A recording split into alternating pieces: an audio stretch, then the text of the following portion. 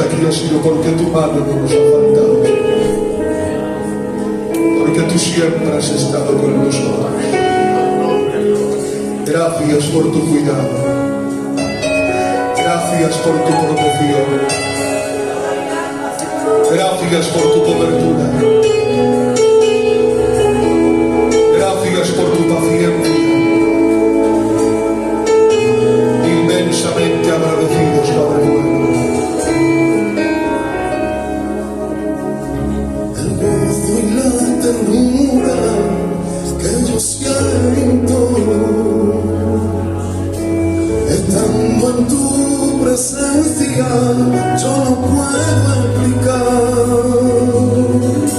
Tu gloria invade mi sentimiento y me hace feliz y me pongo a cantar. Eres el bálsamo de mis heridas, eres el agua que calma mi ser, eres la fortaleza de mi vida. Tu presencia para mí como un panal de miel. Ternura, no me pongo a buscar tu presencia, yo siento ternura y me acaricias con tu mano santa, se me baja la luna y me llevas a lugares de pasto, me hace descansar. Ay, ternura, no me voy a buscar tu presencia, yo siento ternura y me acaricias con tu mano santa y se me baja la armadura. Me llevas a lugares de paz.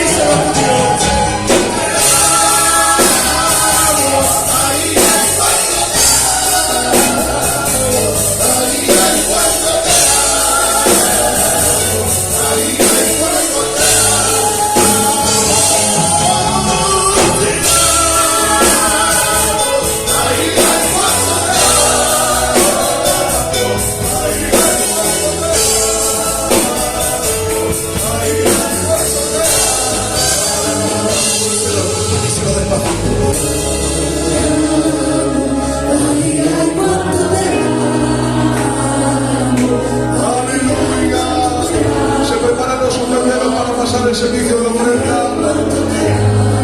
Aleluya, ofrendamos para el Señor con generosidad. Y tu consuelo, dame tu fuerza y tu aliento, sana mi alma, cura mi herida, llena esta copa con ríos de vida, que tu caricia sea radiante, que tu palabra que tu gigante, como la tiempo, dirija mi vida, llena esta vaina por agua tranquila. Dame Cristo,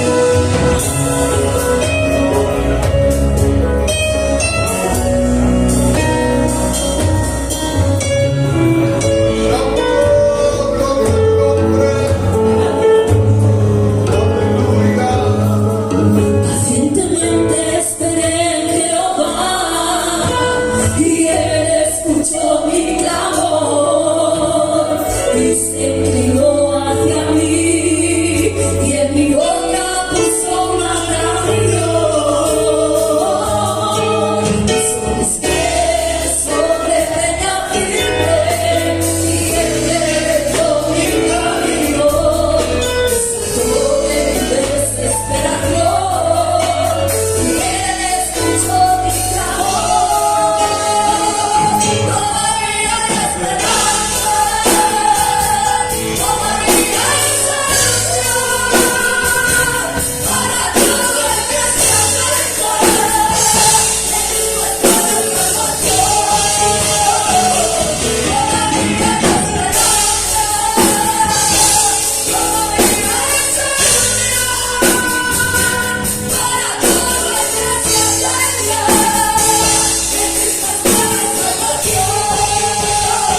Cristo está la salvación.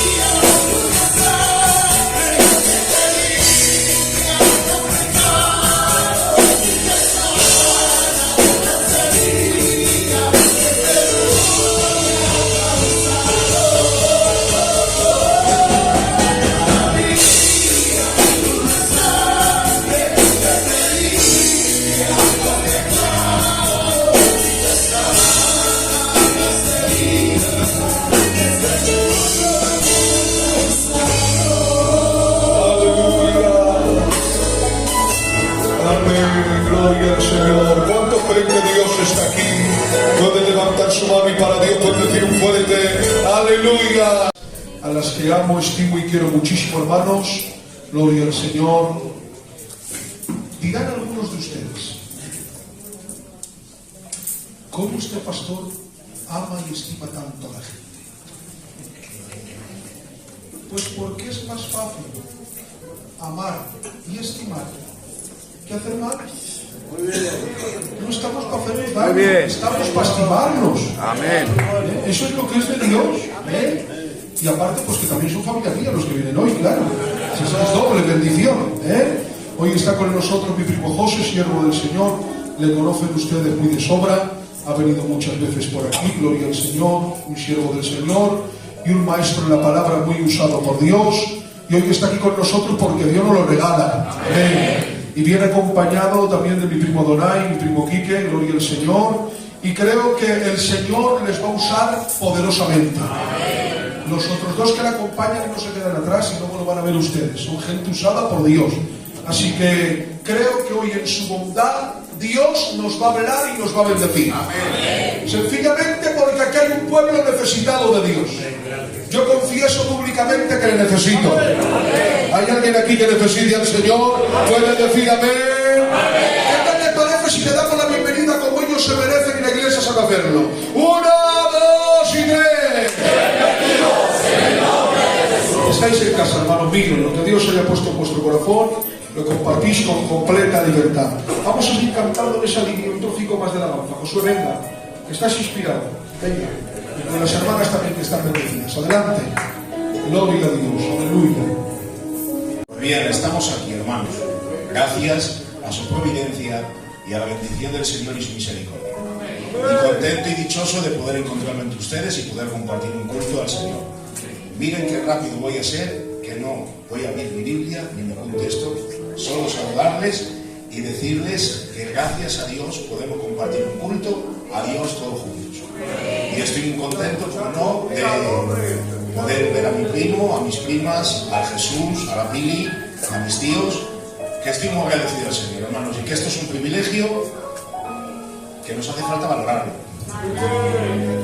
Valorarlo. El poder pegarse un viaje de 100 kilómetros, venir aquí en bien, poder compartir un culto. Parece algo cotidiano, pero creo que Dios es el que maneja todo. Así que Dios les bendiga mucho, un aplauso y les dejamos que es que tenemos a Carlos Donay, que es candidato, está aquí por la palabra, que Dios les bendiga.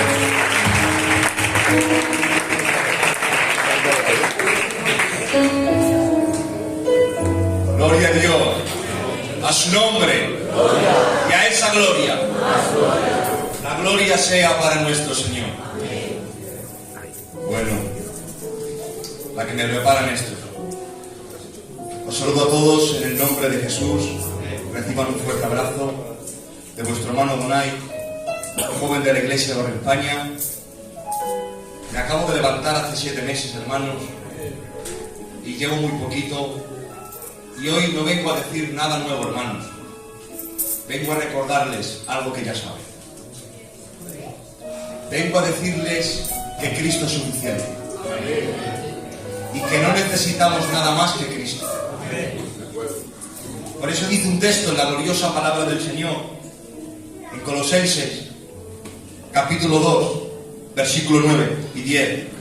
Porque en Él habita corporalmente toda la plenitud de la deidad, y vosotros estáis completos en Él. Nosotros estamos completos en Cristo. ¿Saben algo? A modo de ejemplo, me gustaría decir que cuando nosotros nos sentamos a la mesa y tenemos hambre y nos disponemos a comer y empezamos a comer y comemos, incluso a veces se nos acaba la comida en la mesa, a unos más antes, a otros más después. Se nos acaba la comida de la mesa y nos levantamos, vamos al frigorífico o al armario y buscamos más comida. ¿Saben por qué, hermanos? Porque todavía no hemos quedado saciados con la comida que hemos comido. Pero cuando uno come y queda plenamente satisfecho, queda completo, ya no busca nada más de comer, hermanos. Así es el mismo en Cristo, hermanos. Si usted todavía está buscando algo aparte de Cristo, para usted Cristo todavía no es suficiente. Pero si Cristo para usted está en Cristo completo, dejará de buscar algo más que no sea Cristo. Por eso quiero decir que Cristo es suficiente y nosotros insuficientes. Qué pena, hermanos, que en el 2024 todavía en nuestros púlpitos se sigue elevando al hombre a lo más alto. Y yo digo qué pena, porque el hombre no es merecedor de la gloria. El único merecedor de la gloria se llama Cristo. ¿Pero qué está pasando? ¿Qué está sucediendo? ¡Qué pena! Que cuando abrimos un pasaje de la Biblia pareciera ser que ponemos al hombre como que el hombre es supremo y el único supremo se llama Cristo. Hemos escuchado muchas veces que nosotros somos valientes como David. ¿Cuántos han escuchado la historia de David contra Goliat? No voy a detenerme a leerla porque no quiero perder mucho tiempo, hermanos. Todos conocemos esa historia. Se nos ha predicado 1.000.000 de veces. Y yo digo qué pena que se nos haya lanzado un eslogan, un rótulo, un lema diciendo: mata a tu gigante, enfréntate a tu problema. Tú eres David, hermanito. Tú eres David, hermanita.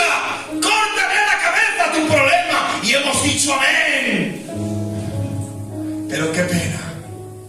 Hoy vengo a decir, querida iglesia, que nosotros no somos David. Nuestro David se llama Cristo. Muy bien. Cristo es el que se enfrentó al gigante y cortó la cabeza al gigante cuando nosotros no podíamos. Nosotros en esa historia no somos David. Nosotros en esa historia somos el pueblo amedrentado que no tiene las armas suficientes para enfrentarse al gigante. Muy bien. Ahí veíamos a un pueblo amedrentado, escondido. Incluso Saúl, con todo lo valeroso y guerrero que era, estaba escondido en su tienda, pues no podía, ni tenía el valor ni las armas suficientes para enfrentarse a Goliat. Pero vino David, y cuando el pueblo estaba amedrentado, salió David y cortó la cabeza al gigante. Hoy tengo que decirte algo. Nosotros no podíamos enfrentarnos a este gigante llamado pecado ni llamado muerte. Nosotros no teníamos las armas suficientes para vencernos. Pero vino Cristo y venció cuando nosotros no podíamos. Cristo pudo cuando nosotros no podíamos. Cristo es suficiente. Cristo es suficiente. Y Él es el único merecedor de la gloria. Simplemente termino diciendo que cuando Cristo murió en la cruz del Calvario y resucitó al tercer día, fueron escuchadas aquellas palabras en hebreo que decían Odinastou, Tamatou, que significan sueltos los dolores de la muerte.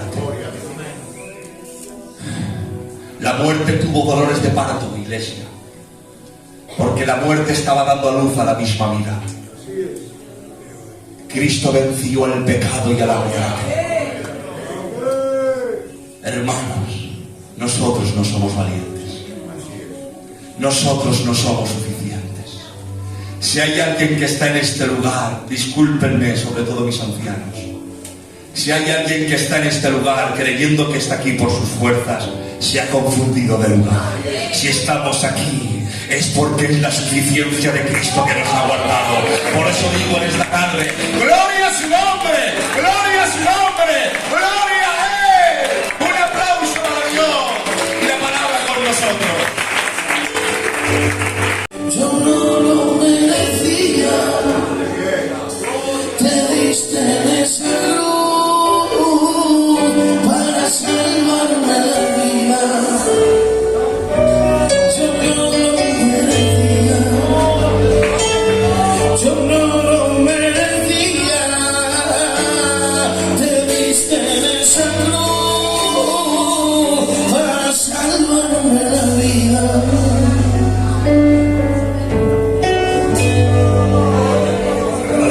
Señor, la misericordia derramada en esta tarde. Gracias por la multitud de tus misericordias. Gracias por tu siervo, por tu iglesia. Gracias por poder estar aquí, Señor. Sigue ministrando a tu pueblo. Necesitamos tu palabra, tu presencia, tu gracia. Ayúdanos en esta tarde, Señor, a depender única y exclusivamente de ti. Ayúdanos a darte gloria, Dios mío, a ti. Tu nombre sea glorificado en esta tarde, Señor, en el nombre de Jesús. Usa mi vida para bendición de tu pueblo, en el nombre de Jesucristo. Amén. Fuerte el aplauso para el Señor, hermano. Amén.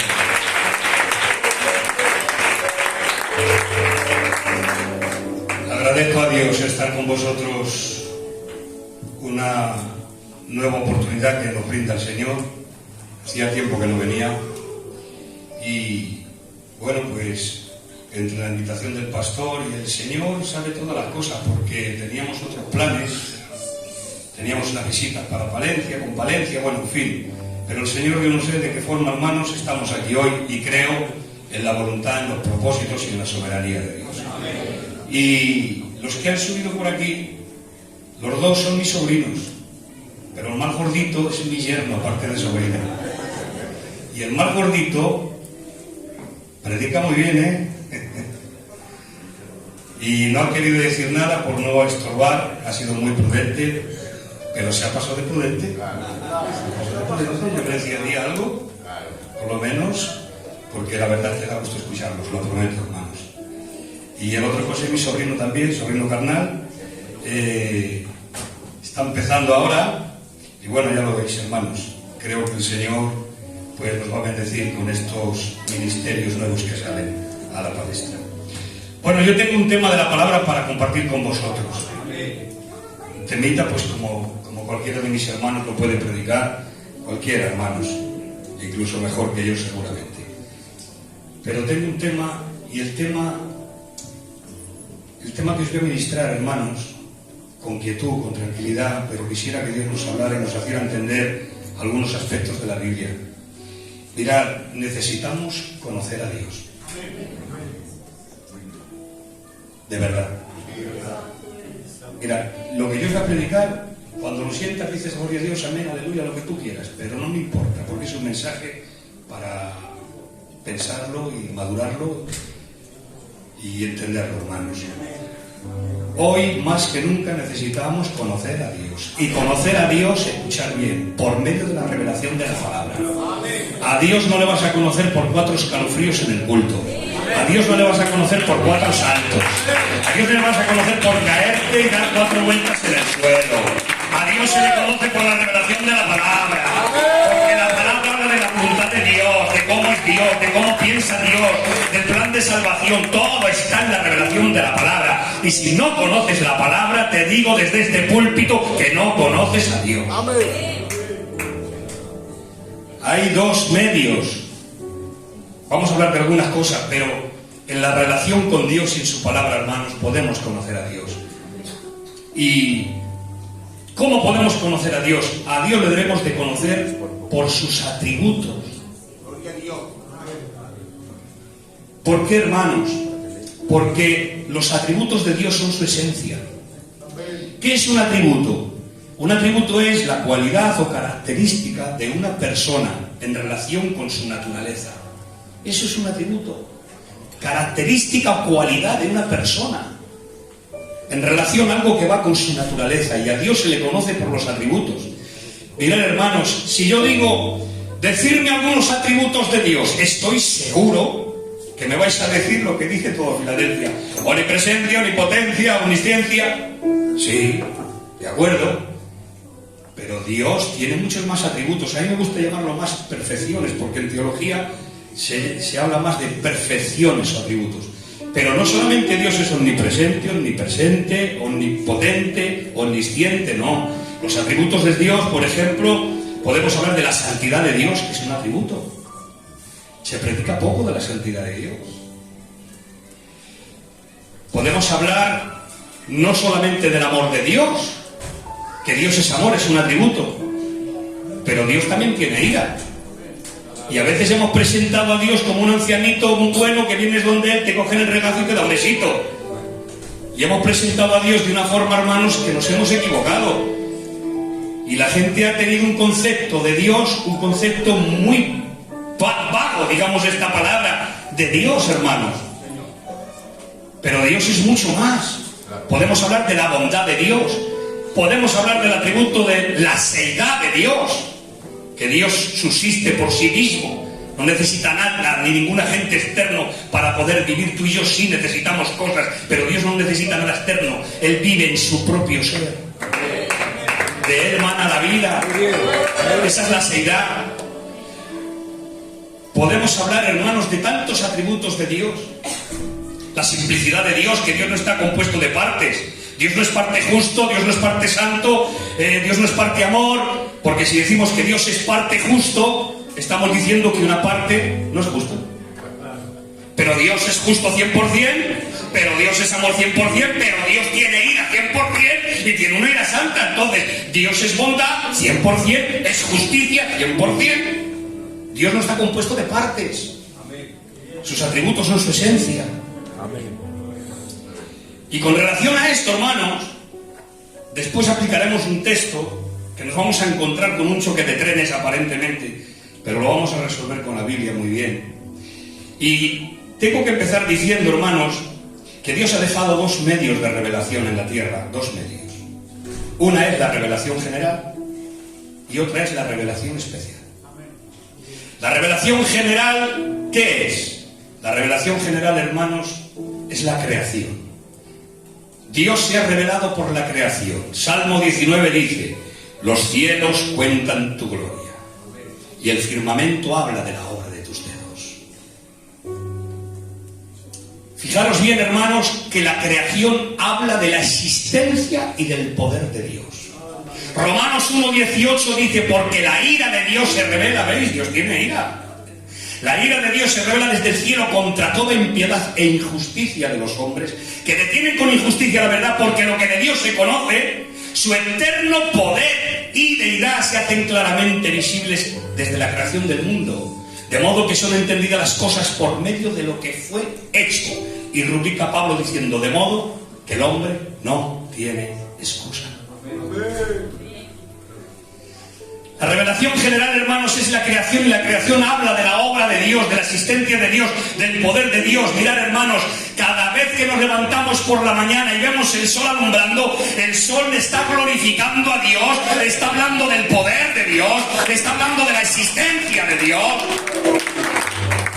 Las aves que vuelan, el mar, la vegetación, los pájaros que cantan, están hablando de la creación de Dios y le están glorificando a Dios. ¿Sabéis por qué? Porque están cumpliendo con su origen para lo que fueron creados. Por lo tanto, están glorificando a Dios porque no han dejado de hacer lo que tenían que hacer. Y cada vez que te asomas por la ventana, ves el sol, las nubes, los pájaros, el día, la noche, las estrellas. Hermanos, estás viendo la creación de Dios y está dando testimonio la propia creación de la existencia y del poder de Dios. Por lo tanto, no hay nadie en la tierra que se presente delante de Dios en el juicio y tenga que decir: yo no sabía nada de ti.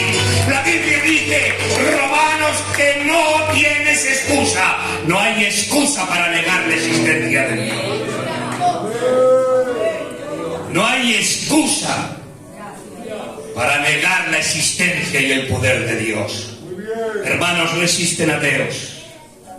El ateo más grande se encontrará delante de Dios y no va a tener argumentos. No va a tener argumentos. Yo no sabía, no me dijeron, no creía, no. Fijaros bien que aun la propia creación va a ser su condena. Cuando estén delante del trono, Dios sin palabras, por medio de la creación, tendrá que emitir un juicio y la propia creación les condenará, porque la creación está revelando la existencia y el poder de Dios. Esa es la revelación general. Pero mirad, hermanos,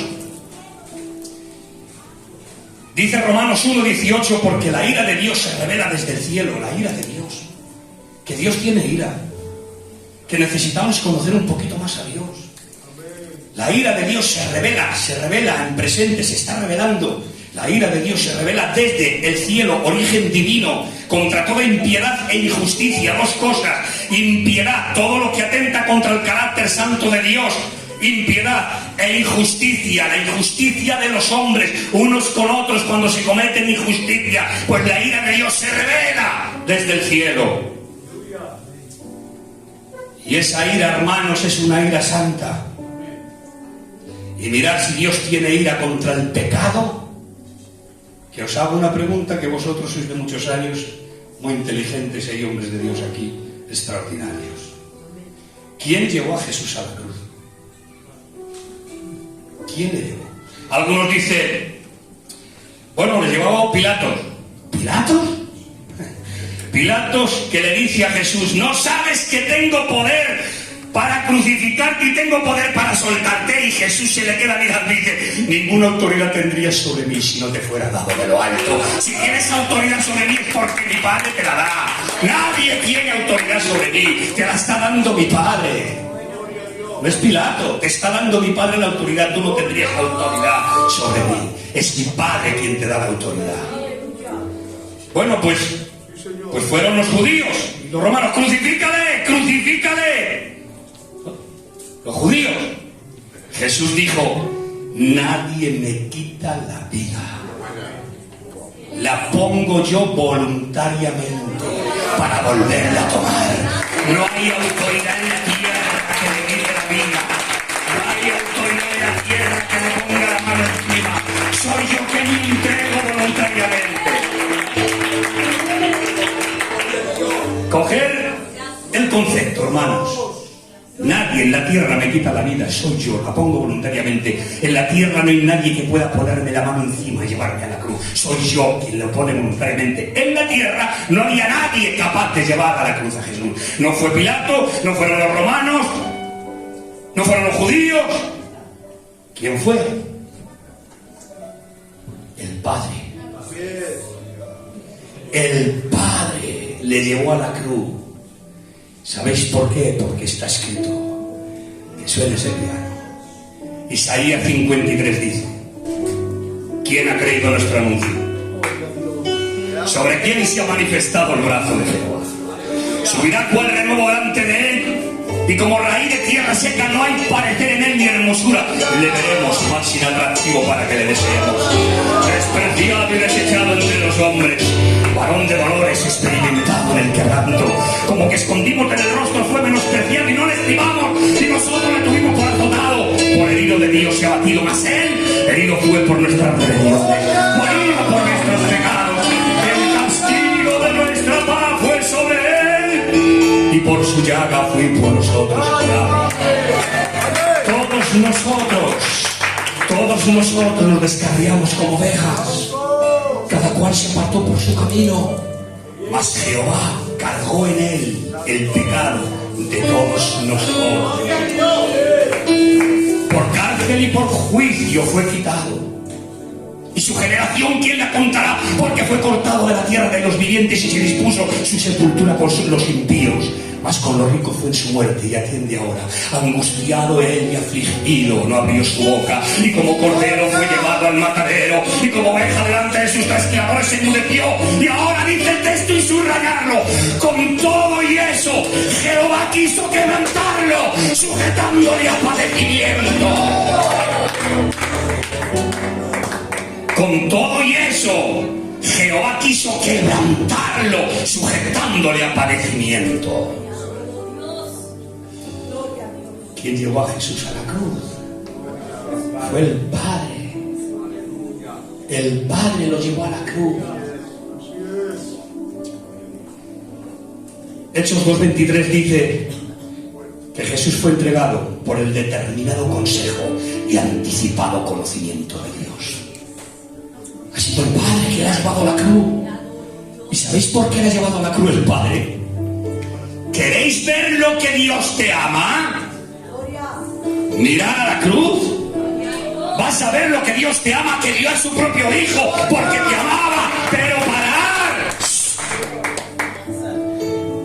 ¿Queréis ver lo que Dios odia el pecado? Mirar a la cruz. Quien trituró y aplastó y quebrantó a su propio Hijo. Mirar a la cruz. Mirar si Dios aborrece el pecado que fue capaz de quebrantar a su propio Hijo, de tal manera que hubo un desamparo y tuvo que decir Cristo: hermanos míos, Elí, Elí, lama sabactani, Dios mío, ¿por qué me has desamparado? Dios el Padre, con esa comunión perfecta, mirándole siempre al Hijo, tuvo que volver la cara, hermanos, quitar la vista del Hijo para poder mirarte a ti y no matarte. Oh, hermanos, a veces hablamos: Dios te ama. Amén, es verdad. Cristo muerto por ti, ¿verdad? Ven a Él, es verdad. Pero nos olvidamos de decir: ¿quieres ver cuánto Dios odia tu pecado? Mira la cruz. Que Dios aplastó a su Hijo. ¿Qué vas a hacer después de este culto? Dejarme sentir libres, hermanos. Hablo por mí y hablo porque la Biblia lo sigue, hermanos. ¿Qué vas a hacer después de este culto? ¿Vas a seguir con tus trampillas? Mira la cruz. Es que Cristo te ama, Dios te ama, sí. Pero Dios Mira la cruz. Entregó a su Hijo porque aborrece el pecado. La Biblia dice que cargó el pecado de todos nosotros en Él. Y le quebrantó. Y dice la Biblia, hermanos, que fue quebrantado de tal manera que Jesús, hay un salmo que dice: quebrantados fueron todos mis huesos, se descoyuntaron, mi corazón era como la cera derritiéndose en medio de mis entrañas. Mi lengua se pegó a mi paladar, se secó mi vigor como un tiesto. Hermanos, cuánto sufrimiento de Cristo. ¿Qué vas a hacer después de este culto? ¿Vas a seguir con tus cositas que no agradan a Dios, que sabes que no es de Dios? Pero bueno, como Dios te ama, mira la cruz. Mira la cruz. Empieza a dejar lo que no agrada a Dios. Tú sabes lo que no le agrada. Empieza a consagrar tu vida para Él. No toques lo que no debes. No cojas lo que no te pertenece coger. No mires lo que no es tuyo.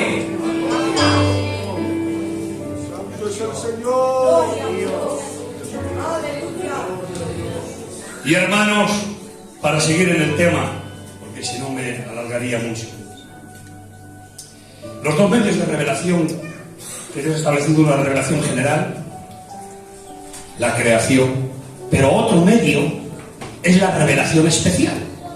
Y la revelación especial es la Escritura. Porque la revelación general te habla de la existencia y del poder de Dios, pero no te habla de la voluntad de Dios. No te habla del plan salvífico. No te habla de cómo es Dios, del carácter de Dios. Eso lo encuentras en la Biblia por medio de sus atributos. Así que, hermanos, la Biblia es la revelación especial. Y mirad si esto es así, hermanos. Que la Biblia, en Timoteo 3:16, dice: porque toda la Escritura es inspirada por Dios. Pero sabéis, hermanos, esto lo he estudiado yo en la Facultad de Teología, Bibliología lo he estudiado yo, y me he tirado unos cuantos años, y esto os lo puedo decir con bastante certeza y seguridad.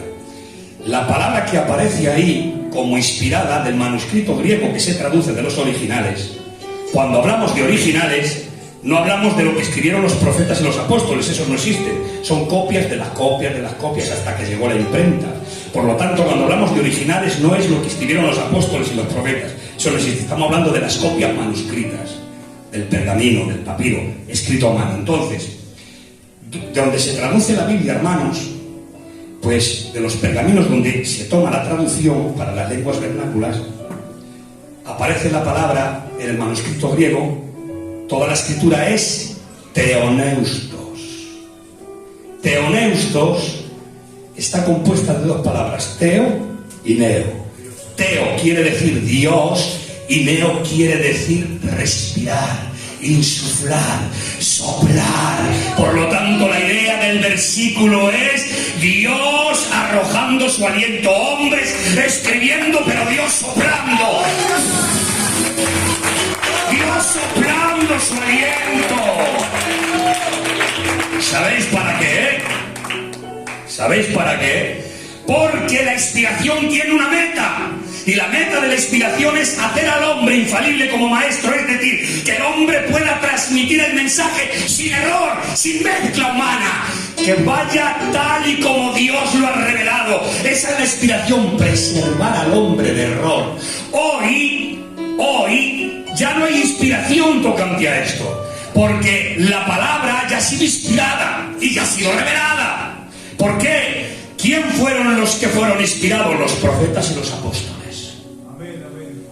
Profetas y apóstoles fueron inspirados para escribir el mensaje sin error. Hoy ya no hay inspiración, ni tan siquiera revelación. En la palabra estoy hablando, en las doctrinas. Ya no hay revelación. Por eso cuando viene el Maldonado o algunos hermanos, disculpadme que a lo mejor meto el dedo en la llaga, pero os tengo que hablar claramente. Cuando viene algún ministerio, alguien que viene predicando pero dice que es un apóstol y trae una revelación que en la Biblia no está, y trae algo que la Biblia no contempla, y empieza a traer doctrina y a plantar doctrinas que la Biblia no habla, hermanos míos, ese hombre es un falso profeta. ¿Por qué? Porque la Biblia ha sido inspirada por Dios. Y los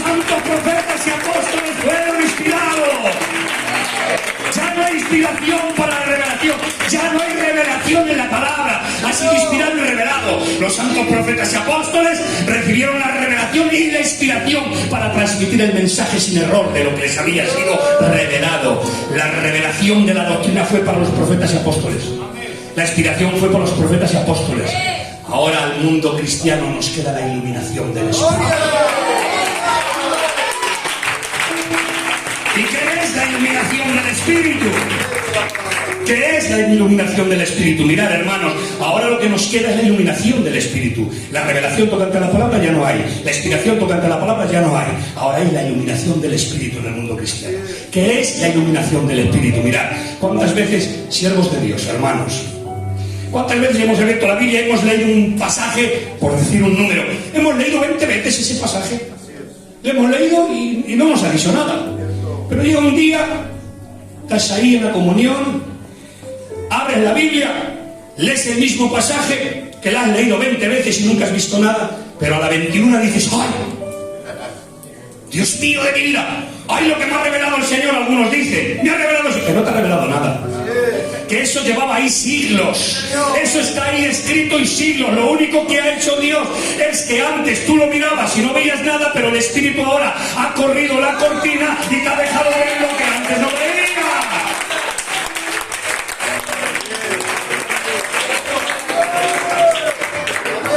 Y ahora ves lo que antes no veías, pero no te lo he revelado, que eso estaba ahí. Ahí hay muchos hermanos que dicen: Dios me ha revelado un mensaje. No, hermano, no te ha revelado nada, está revelado ya todo.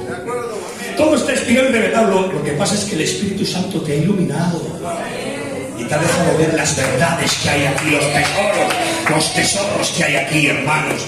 Ese es el teoneustos. Ahora mirad, qué detalle.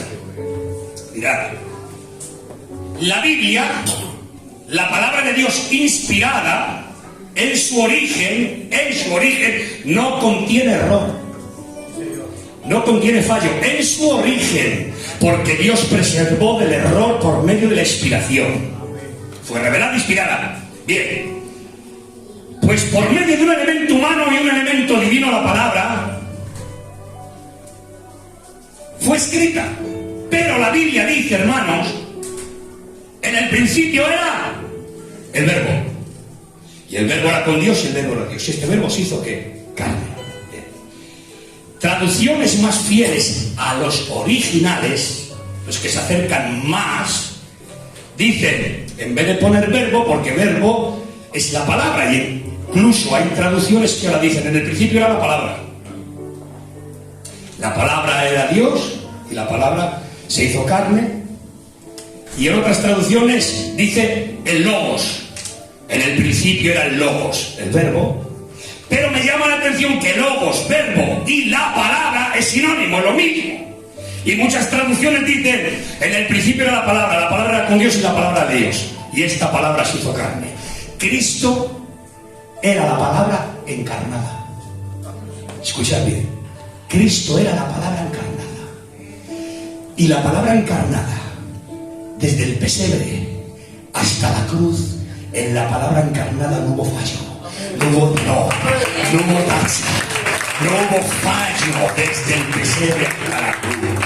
Y Cristo, por medio de un elemento humano y un elemento divino, mostró a Dios. El elemento humano, su naturaleza humana, 100% humano Cristo, 100% divino, sí, por medio de un elemento humano, su naturaleza humana, por medio de un elemento divino, 100% divino, habló, ministró y enseñó y mostró a Dios. Y desde el pesebre hasta la cruz, por medio de un elemento humano y uno divino, en él no hubo tacha, no hubo fallo, no hubo error. Asimismo, en la palabra escrita, por medio de un elemento humano, unas manos de hombre que se movían y un hombre que escribía, un elemento humano, pero un elemento divino, Dios arrojando su aliento, Dios respirando la palabra. En ella no hay fallo, en ella no hay error, en ella no hay tacha, en su original, hermano. Porque dejarme deciros que Dios puede permitir el error, pero Él nunca produce el error. Dale un aplauso al Señor.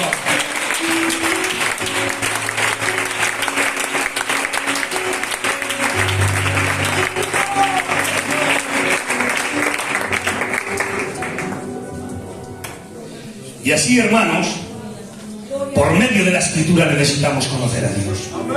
Y mirad si esto es así. ¿Cómo vamos de tiempo? Porque necesito... Estamos bajando, ¿no? Bien.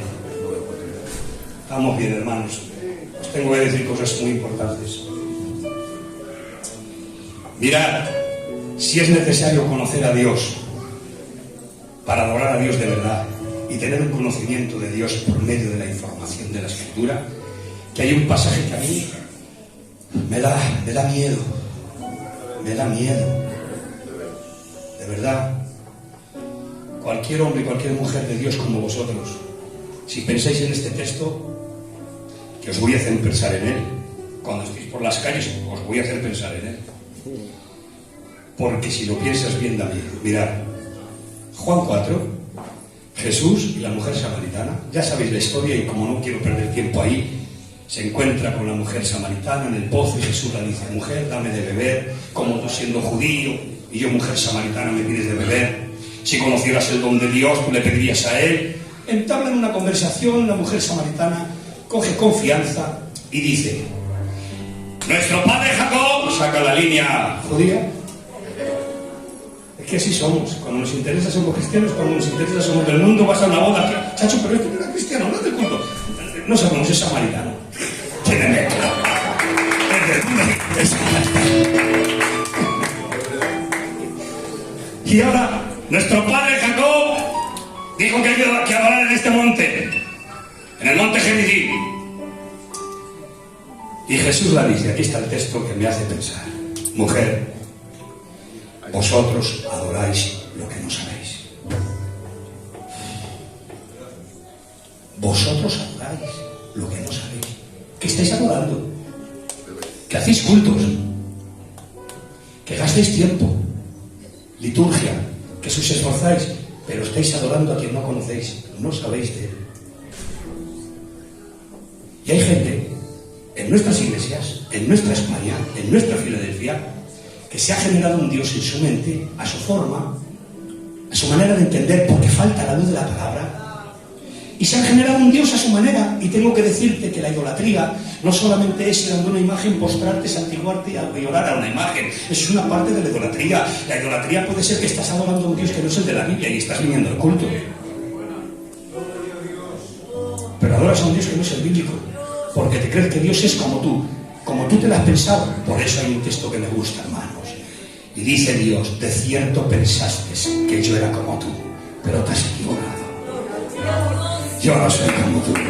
Hay una gran distancia y una gran diferencia. Y claro, hermanos, vosotros adoráis lo que no conocéis, lo que no sabéis.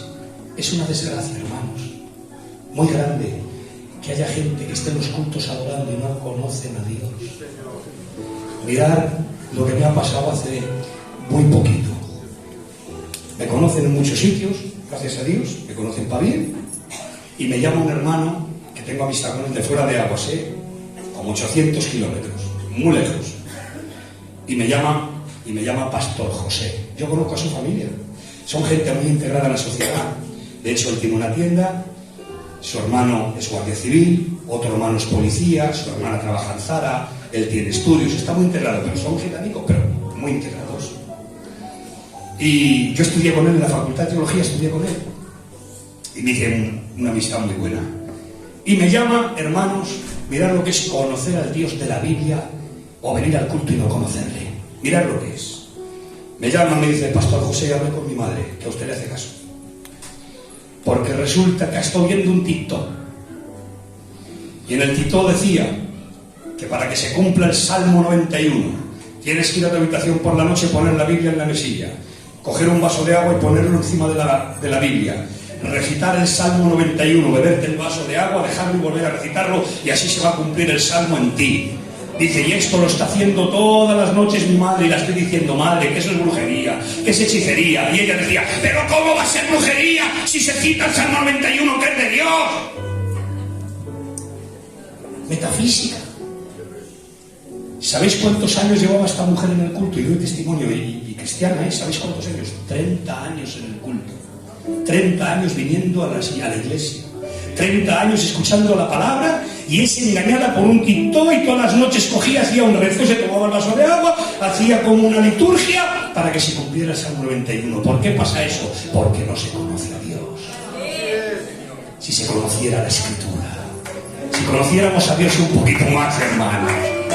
Así que en el monte le da los mandamientos Dios a Moisés y le dice, entre los 10 mandamientos le da uno, pastor, y le dice: no tendrás dioses ajenos delante de mí. ¿Sabéis lo que implica eso? No tendrás dioses ajenos delante de mí. No dice detrás, dice delante.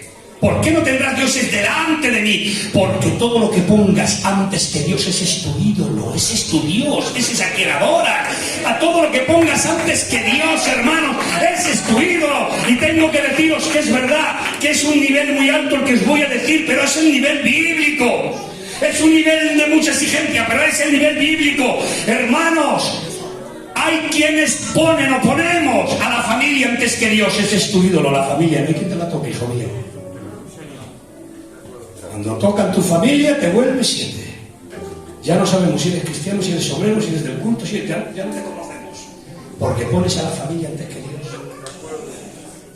Hay quienes ponemos, me meto yo también, hermanos, para no hacer daño, a los hijos antes que a Dios. Todo va muy bien y soy un buen cristiano y un buen siervo, pero como toquen a mis hijos, ¿no os dais cuenta, hermanos, que algo falla?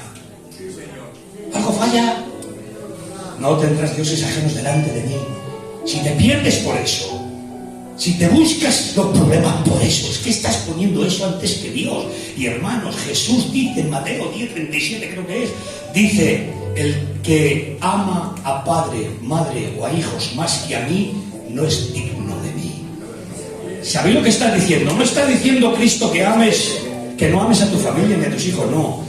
La idea del versículo que Cristo dice, el que ama más a padre, madre o hijos más que a mí no es digno de mí, la idea está diciendo: el que pone algo que le toca el corazón antes que a mí, lo pone en primer lugar, no es digno de mí, porque a mí no me tiene como su Dios. Su Dios es el que pone antes. Por eso, hermanos, necesitamos conocer a Dios, y cuando conocemos a Dios, le amaremos y le adoraremos verdaderamente, y pondremos cada cosa en su lugar. Mirad, hermanos, para ir rápido no cansar mucho, pero es que lo que os tengo que decir os va a gustar mucho, Mirad, le preguntó un hermano a otro y le dijo: dime lo que eres. ¿Qué eres? Eran amigos, eran señores, pero cristianos. Y le dice: soy un buen arquitecto. Bueno, pero dime algo más de lo que eres. Bueno, soy un buen esposo. No, pero dime algo más. Soy un buen padre. Pero dime algo más de lo que eres. Soy un buen trabajador. Dime algo más de lo que no te entiendo. ¿Qué me está...? Soy cristiano. ¿Te das cuenta? De la abundancia del corazón habla la boca. En tu escala de valores, eres un buen arquitecto, eres un buen esposo, eres un buen padre, eres un buen trabajador, y como último, he dicho, eres un buen cristiano. Como último recurso. Oh, hermanos, no podemos anteponer nada antes que el Señor. ¡Aleluya! Amén. Así que, dicho esto, voy a hablaros de 3 cosas rápidamente, en unos minutos. 3 cosas importantes. Ahora, ¿cómo conocemos a Dios por la Escritura? Por medio de sus atributos. Hay muchos atributos de los que podríamos hablar. Permitidme unos minutos para hablaros de uno de los atributos que me encanta en Dios: la inmutabilidad. Os voy a hablar un poquito de la inmutabilidad de Dios. Dejadme unos minuticos para hablaros de la inmutabilidad. Mirad, hermanos, Dios es inmutable. ¿Qué quiere decir inmutable? ¿Qué quiere decir inmutable? Que no cambia. Dios no cambia. Dios no muta. Inmutable, no muta, no cambia. Dios no cambia. Y Dios es inmutable en su esencia, en sus atributos, en su consejo. Ahora, ¿por qué Dios no cambia, hermanos? ¿Por qué Dios es inmutable? primer lugar, Dios es inmutable porque es perfecto. ¿Por qué? Mirad. Porque si algo puede mejorar, no es perfecto.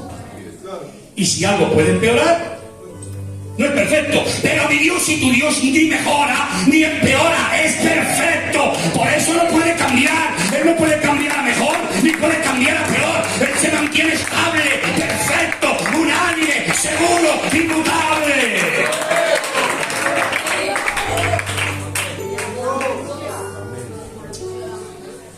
Dios no puede ni mejorar ni empeorar, hermanos. Dios es perfecto. Dios no puede aprender nada, lo sabe todo. Todo. Mira, tú y yo, Vicente, leemos un libro que nos gusta leer, leemos un libro y aprendemos algo que ayer no sabíamos. Recibimos información y hoy sabemos algo que ayer no sabíamos. Pero Dios no tiene ese problema. Dios lo sabe todo. En un simple acto, hermanos, conoce todos los planes posibles con todas las variantes posibles. Él no tiene plan B, hermanos. Él tiene plan A siempre. A Él no le pilla de sorpresa las cosas. Él va por delante de la historia. Él es el dueño de la historia. ¿Qué creéis, hermanos? Que Dios va detrás limpiando los platos rotos que nosotros rompemos. No. Él va por delante. La Biblia dice que era decretado el orden de los tiempos, el límite de su obligación. Dios es soberano, Dios es inmutable. Dios lo sabe todo, Él no puede aprender nada. Tú y yo tenemos plan B. Vamos a hacer esto, pero bueno, si falla esto, pues tiramos por aquí. Pero Dios no tiene ese problema. A Dios no le sorprenden las cosas. Él va por delante de la historia, hermanos. Dios no tiene plan B. Ahora mirad, Dios tiene un conocimiento tan perfecto, Dios tiene un conocimiento tan amplio y tan perfecto, que no existe. Atención ahora, hermanos. Da gusto predicaros. Da gusto. No hay un simple átomo que esté volando por el cielo que pase desapercibido del conocimiento perfecto de Dios. Un átomo, para verlo necesitas un microscopio. De tan pequeño que es, necesitas un microscopio, si no, no lo ves bien. Si hubiera un átomo, que lo tienes que meter en microscopio para verlo, pero si hubiera ese átomo volando por el universo y pasara desapercibido del conocimiento de Dios, Dios sería imperfecto. Porque hay un átomo volando y Dios no lo sabe. Pero Dios no tiene ese problema. Dios tiene un conocimiento perfecto y lo sabe todo. Por eso sabe tu levantar, tu dormir, tu despertar, tus pensamientos, tus suspiros no le son ocultos a Él. Oh, hermanos. Y ahora esta me gusta mucho decirlo. El único ser moral que existe, que es absolutamente libre, es Dios. No hay nadie más libre. Libre absolutamente. Y dirás tú, bueno, yo soy libre. Jamones. Tú no eres libre absolutamente. No. ¿Por qué? Tú tienes libres decisiones, pero no eres libre absolutamente. No voy a hablar del pecado, el que predica el pecado es esclavo. No. Voy a decirte que tú no eres libre absolutamente, aunque tienes libres decisiones. Comes carne o comes pescado si quieres, te echas la siesta si quieres, si no, vas a trabajar si quieres, si no, te pones de blanco, de rojo, de amarillo, te pones el moño si quieres. Tomas decisiones. De hecho, hoy has tomado montones de decisiones voluntarias, de acuerdo, pero no eres absolutamente libre. ¿Sabes por qué? Porque tú estás sujeto a circunstancias. Y a veces te has propuesto un viaje, o un plan, o un proyecto.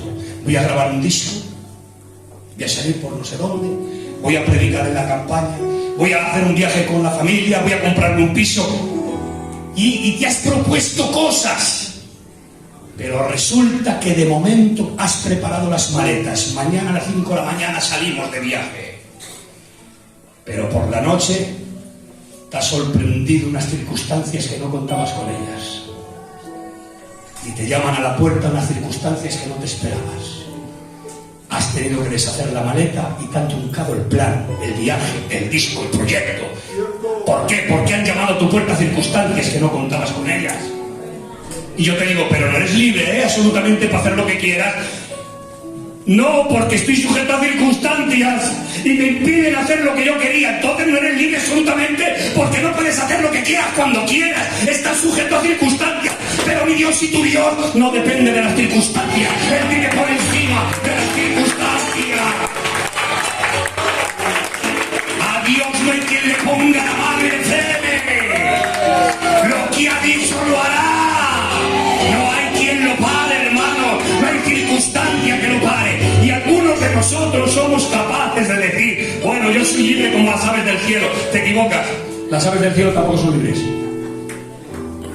Absolutamente. No hay nadie. Ni las aves del cielo son libres absolutamente. ¿Por qué?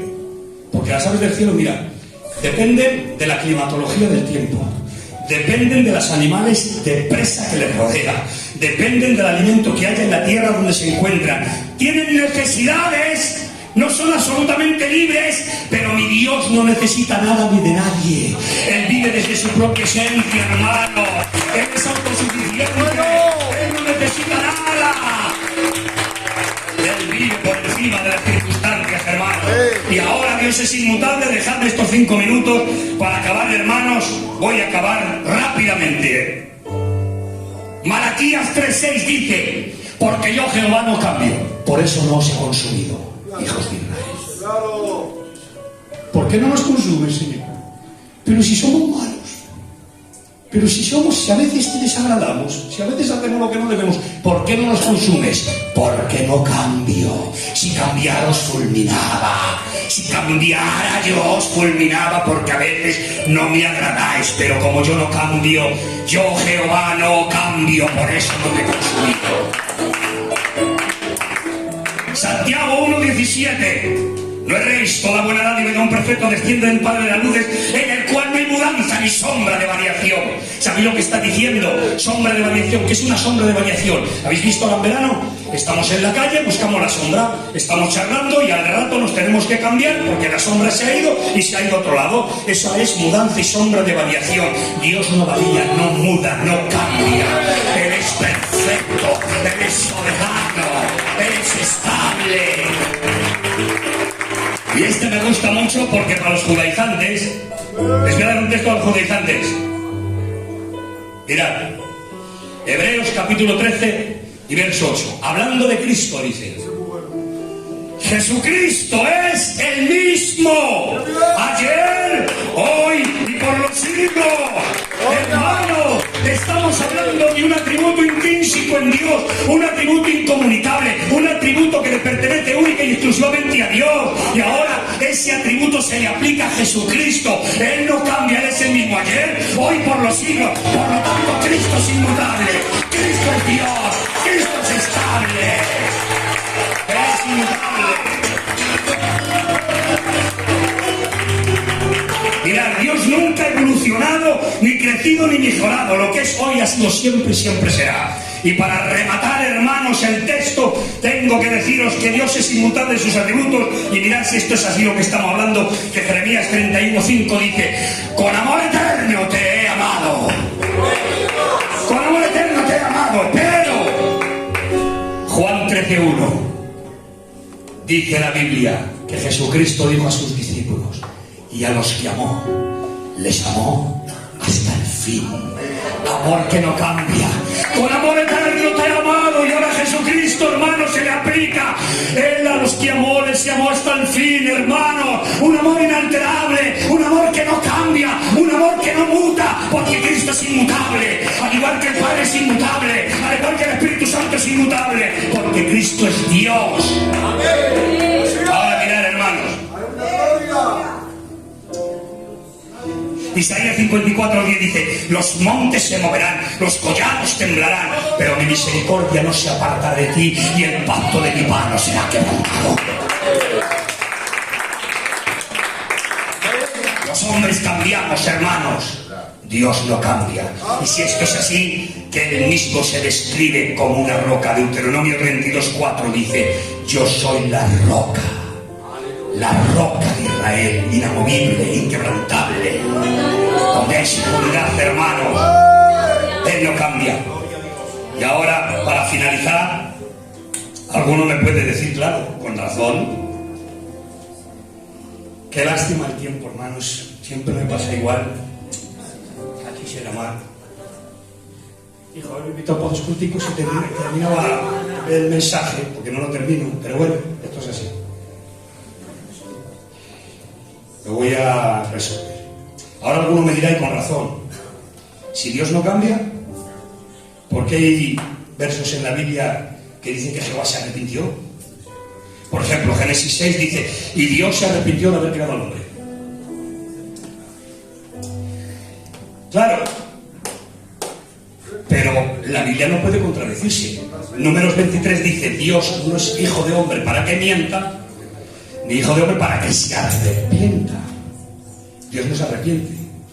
Dios no es hombre para que mienta, ni hijo de hombre para que se arrepienta. Entonces, ¿por qué aquí dice que se arrepiente? Bueno, la Biblia usa un lenguaje antropomórfico. El lenguaje antropomórfico quiere decir que toma figuras humanas, cosas humanas, para rebajar o de alguna forma hacerse entender. Entonces no es que Dios se arrepienta, es que a Dios le dolía la actitud del hombre. No se arrepentía, sino que tenía una actitud de dolor por la conducta del hombre. Pero Dios no se arrepiente, hermanos. Es una forma antropomórfica de hablar. Por ejemplo, en 1 Samuel 15, 29 dice, el vencedor de Israel no mentirá, ni se arrepentirá, pues no es hombre para que se arrepienta. Entonces es un lenguaje antropomórfico. A veces la Biblia dice que Dios madrugando. Dios no madruga porque no duerme. Dice, ni dormirá el que te guarda, que Dios no duerme. Ni madruga, ni duerme, ni se cansa. Pero son lenguajes antropomórficos, con figuras humanas, para hacernos entender grandes verdades. Ahora, hermanos, vamos al texto y cerramos. Este es el texto de cierre ya, Romanos capítulo 11 y verso 22. Dice Pablo, este es el resumen de todo lo que se ha dicho, Y con este resumen, después damos un aplauso al Señor y le adoramos. Mirad, Romanos 11, 22 dice, o ignoráis la bondad y severidad de Dios. Bondad para contigo y severidad para los que cayeron, pero si permaneces en esa bondad. Ignoráis la bondad y la severidad de Dios. Bien, pero vamos a ver, hermanos, este es el choque de trenes que os hablaba al principio. Si estoy hablando que Dios no cambia, que Dios es inmutable, lo hemos visto por las Escrituras. Y ahora nos dice, mirad la bondad y la severidad. Dios tiene bondad y Dios tiene severidad, dos cosas opuestas. Una cosa es la bondad y otra cosa es la severidad. ¿Cómo puedo experimentar bondad o severidad en un Dios inmutable que no cambia? Si no cambia, ¿cómo experimento bondad o severidad? Hermanos, que a Dios no te le puedes encontrar hoy de buenas riéndose y diciéndote, cariño mío, y mañana está enfadado con las cejas así, diciéndote, que no te lo encuentres mañana riendo y pasado enfadado, que Dios no cambia. Entonces, como dice, ignoráis la bondad y severidad de Dios. Mirad, hermanos, ¿cómo puedo experimentar la bondad y la severidad de Dios? Os pongo un ejemplo. Imaginaos un ciclista. Un ciclista está dando pedales y el viento le está dando en la espalda. Y el viento que le da en la espalda le está ayudando a dar pedales. Le hace fácil la travesía, empieza a dar pedales, el viento le ayuda, le está dando en la espalda. ¡Qué bien! Pero ahora el ciclista se para, hacia así, se da la vuelta. Y ahora empieza a dar pedales en dirección contraria. El viento que antes le ayudaba a dar pedales y le hacía fácil la travesía, ahora ese mismo viento le resiste, le aguanta y le entorpece. ¿Quién cambió, la dirección del viento o el ciclista? Cambió el ciclista. Así mismo somos nosotros. Depende con la actitud que te acerques a Dios, experimentarás bondad, experimentarás severidad. Dios no cambia. Tú sí cambias, yo sí cambio. Dios no cambia. Podrás experimentar bondad o podrás experimentar severidad. ¿Con qué actitud te acercas a Dios? ¿Cómo te vas a acercar a Dios? ¿Con qué actitud? ¿Cómo te acercas descuidadamente? ¿Cómo te acercas caminando como tú quieres? Vas a experimentar severidad. ¿Cómo te acercas agradándole, buscándole, queriendo? Vas a experimentar bondad. Dios no cambia, cambiamos nosotros. La dirección del viento no cambiaba, cambiaba el ciclista. Asimismo, hermanos, experimentarás bondad y severidad. Y finalizo diciéndose Génesis 20, hermanos. Nos dice que Abraham dice a Sara, Sara, baja a Egipto, no digas que eres mi mujer porque eres muy guapa y por causa tuya me van a matar a mí. Di que eres mi hermana. Y así lo hizo, pero Abimelech desde el palacio vio a Sara que era muy guapa. Traerme a Sara para el palacio. Le traen a Sara, pero por la noche, hermanos, que está escrito, Génesis capítulo 20, leerlo, está escrito. Y dice la Biblia que Dios habló a Abimelech en sueños y le dice: Abimelech, no toques a Sara, porque es mujer de Abraham. Y Abimelech dice: Señor, prestad atención, Señor, tú sabes que con manos limpias y con integridad de corazón he hecho esto. Él me dijo de su propia boca que era su hermana. Y dice Dios: sé que con integridad de corazón y manos limpias has hecho esto, pero yo te retuve para que no pecaras contra mí. Si no te retengo, yo pecas. Si no te retengo, tocas a Sara. Pero si he andado con manos limpias, sí, esa es tu responsabilidad. La responsabilidad del hombre es andar con manos limpias y con integridad de corazón. Pero es Dios quien te restringe, es Dios quien te sujeta. ¿Sabéis, hermanos?